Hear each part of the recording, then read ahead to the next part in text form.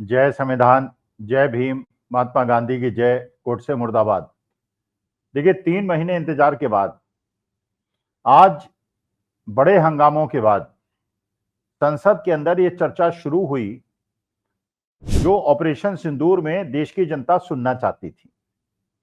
देश की जनता की ये भी आवाज थी और खास तौर पे बिहार के लोगों की आवाज थी, ये एसआईआर की भी बात हो, ऑपरेशन सिंदूर पे बात करने से पहले ऑपरेशन सिंदूर की क्यों जरूरत पड़े इस बात पे भी डिस्कशन।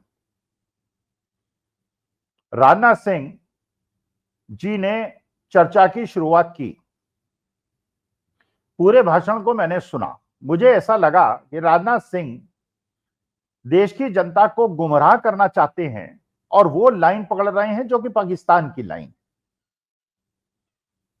देखिए पहला प्रश्न तो ये, फिर उसके बाद मैंने गौरव गोगोई को सुना, उपनेता जो संसद के अंदर हैं कांग्रेस के, उनके भाषण में और राजनाथ सिंह के भाषण को अगर आप पूरा सुनेंगे तो आपको लगेगा कि राजनाथ सिंह देश को गुमराह कर रहे हैं और गौरव गोगोई देश का ध्यान असली मुद्दों पे लाने का प्रयास कर रहे हैं। पुलवामा के बाद ऑपरेशन बालाकोट हुआ, वहां पे ये प्रश्न था, मुख्य प्रश्न ये था कि ऑपरेशन बालाकोट महत्वपूर्ण नहीं है, बालाकोट की आवश्यकता क्यों पड़ी। और पुलवामा में एक आतंकवादी जीप कश्मीर में 15 दिन तक घूमती रही, जैसा सतपाल मलिक ने कहा, आरडीएक्स से भरी हुई घूमती रही। आर्मी कन्वॉय जो कि बड़ी सुरक्षित होती है और जिसका पूरा सैनिटाइजेशन होता है, उसके अंदर घुसी, उसी ट्रक को उसने छांटा जिसके अंदर बुलेट प्रूफ अरेंजमेंट नहीं था और हमारे 40 जवानों की शहादत कर दी। देश के अंदर डिस्कशन इस बात पे होना चाहिए था कि ये पुलवामा क्यों हुआ, किसकी चूक से हुआ, जिसने चूक की उसे दंड क्या मिला, कोई नहीं पता चला। 6 साल हो गए, कुछ नहीं पता चला, सारा डिस्कशन बालाकोट की तरफ मोड़ दिया गया। उसके 6 साल के बाद यह पहलगाम हो गया, बिल्कुल एग्जैक्ट स्क्रिप्ट। कश्मीर सबसे ज्यादा प्रोटेक्टेड एरिया है, पाकिस्तान से मिली हुई सीमाएं हैं, लेकिन पहलगाम जहां यह घटना घटी, यह पाकिस्तान से 300 किलोमीटर दूर है। कश्मीर के अंदर यह क्षेत्र बहुत ज्यादा, पहलगाम का इलाका जो है बहुत ज्यादा प्रोटेक्टेड है, क्योंकि ये टूरिस्ट इसके यहां बहुत जाते हैं। गृह मंत्री वहां जाते हैं, गृह मंत्री जाके ये दावा करते हैं 370 हटने के बाद कश्मीर बिल्कुल सेफ हो गया है, टूरिस्ट आए, उनके बाद में विश्वास करके लोग कश्मीर घूमने चले जाते हैं। पहलगाम के अंदर 2000 पर्यटक मौजूद होते हैं, वहां आतंकवादी आते हैं, सेना की वर्दी में आते हैं, लोगों को मारते हैं, भाग जाते हैं, 45 मिनट तक फायरिंग करते हैं, इत्मीनान से करते हैं, कोई हस्तक्षेप नहीं होता। 45 मिनट 1 घंटे के बाद पैदल जाके आर्मी उनको एस्कॉर्ट करती है, वहां के लोकल लोग उनकी मदद करते हैं, लोगों की जान बचाते हैं, और उसके बाद भारतीय जनता पार्टी का अपना खेल शुरू हो जाता है हिंदू मुसलमान का।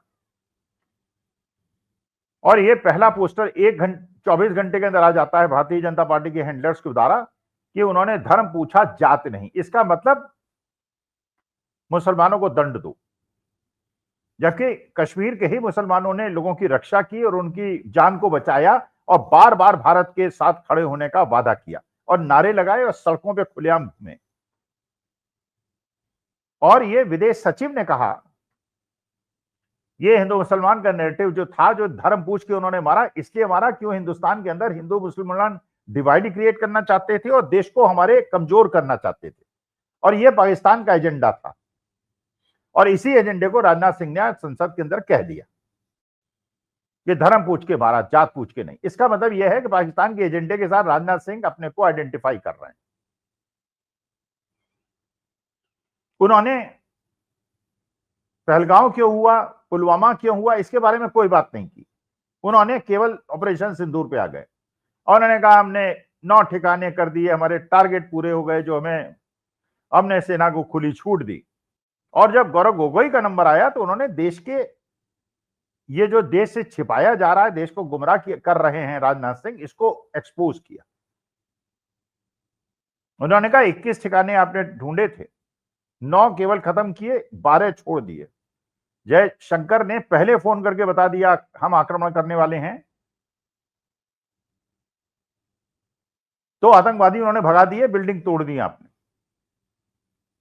और ये सेना के अधिकारियों ने, नेवल ऑफिसर ने कहा, क्योंकि हमें सरकार का यह आदेश था कि आप केवल टेररिस्ट कैंप को तोड़ेंगे, मिलिट्री इंस्टॉलेशंस को नहीं तोड़ेंगे, इसलिए इनिशियली हमको नुकसान हुआ और बाद में हमने अपनी स्ट्रेटेजी चेंज की और हमने पाकिस्तान को ठोका। इसका मतलब सरकार का हस्तक्षेप था, सरकार ने खुली छूट नहीं दी थी। और उसके बाद ये जो गुमराह करने का प्रयास किया राजनाथ सिंह ने और गौरव गोगोई ने, जो देश के असली प्रश्न हैं उनकी तरफ ध्यान दिलाने का प्रयास किया कि असली मुद्दा यह है कि हमारे देश के लोगों को सुरक्षा क्यों नहीं मिल रही है। आपने नोटबंदी की, कहा हमने आतंकवादियों की कब्र तोड़ दी है। उसके बाद आपने कहा 370 हटा दी है, फिर आपने कहा पर्यटकों आ जाओ, फिर उसके बाद मोदी जी का कार्यक्रम था उसको रद्द कर दिया क्योंकि आपको सूचना मिल चुकी थी वहां पे थ्रेट है। उसके बाद जहां 2000 पर्यटक थे वहां कोई भी सुरक्षा का इंतजाम नहीं था। और उसके बाद अब शे ले रहे हैं कि हमने साहब, फिर कह रहे हैं राजनाथ सिंह संसद के अंदर, क्योंकि डीजीएमओ घुटने के बल आ गया, इसलिए उन्होंने कहा बहुत हो गया महाराज, अब रोक दीजिए। अरे अगर आपका दुश्मन जिसने आपके देशवासियों को मारा है, आतंकवादियों ने मारा है, अगर वो आपके घुटने के बल भी आ जाए तो आपको पाउंड ऑफ फ्लैश लेना चाहिए था, उससे कहना चाहिए था पीओके हमको दो, तब हम रोकेंगे, नहीं वरना खत्म कर देंगे, तुम्हें 4 टुकड़ों में तोड़ देंगे, जैसा इंदिरा जी ने किया था 71 में। यहां तो पाकिस्तान का डीजीएमओ गिड़गिड़ा रहा था, वहां तो निक्सन गिड़गिड़ा रहे थे, धमकी दे रहे थे, और इंदिरा जी ने नहीं सुना था, पाकिस्तान को तोड़ दिया था, 2 भागों में तोड़ दिया था।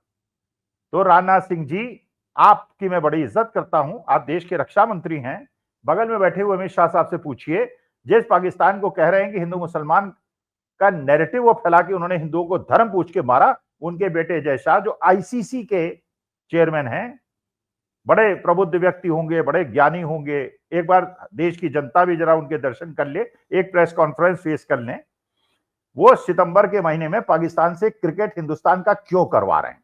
वो पाकिस्तान जिसने हमारे देश के लोगों को मारा है और आपने युद्ध विराम कर दिया, अभी कहते हैं सिंदूर चल रहा है, कभी कहते हैं बंद हो गया, कभी कहते हैं डोनाल्ड ट्रंप कहते हैं हमने करा दिया, कभी कहते हैं हमने कुछ नहीं किया, कभी कहते हैं घुटने के बल पे आ गया इसलिए करा दिया। अरे घुटने के बल आया, इसका मैंने कोई भी डकैत मर्डरर आपके सामने घुटने के बल आ जाएगा, आप उसको छोड़ देंगे? तो थोड़ा मर्द बनिए और देश के लोगों की रक्षा कीजिए, और रक्षा मंत्री से अपने बगल में बैठे हुए पूछिए, ये बार बार बालाकोट और हमें ऑपरेशन सिंदूर क्यों करना पड़ता है, अपने देश के लोगों की सुरक्षा क्यों नहीं करते? नमस्कार, धन्यवाद और प्रणाम।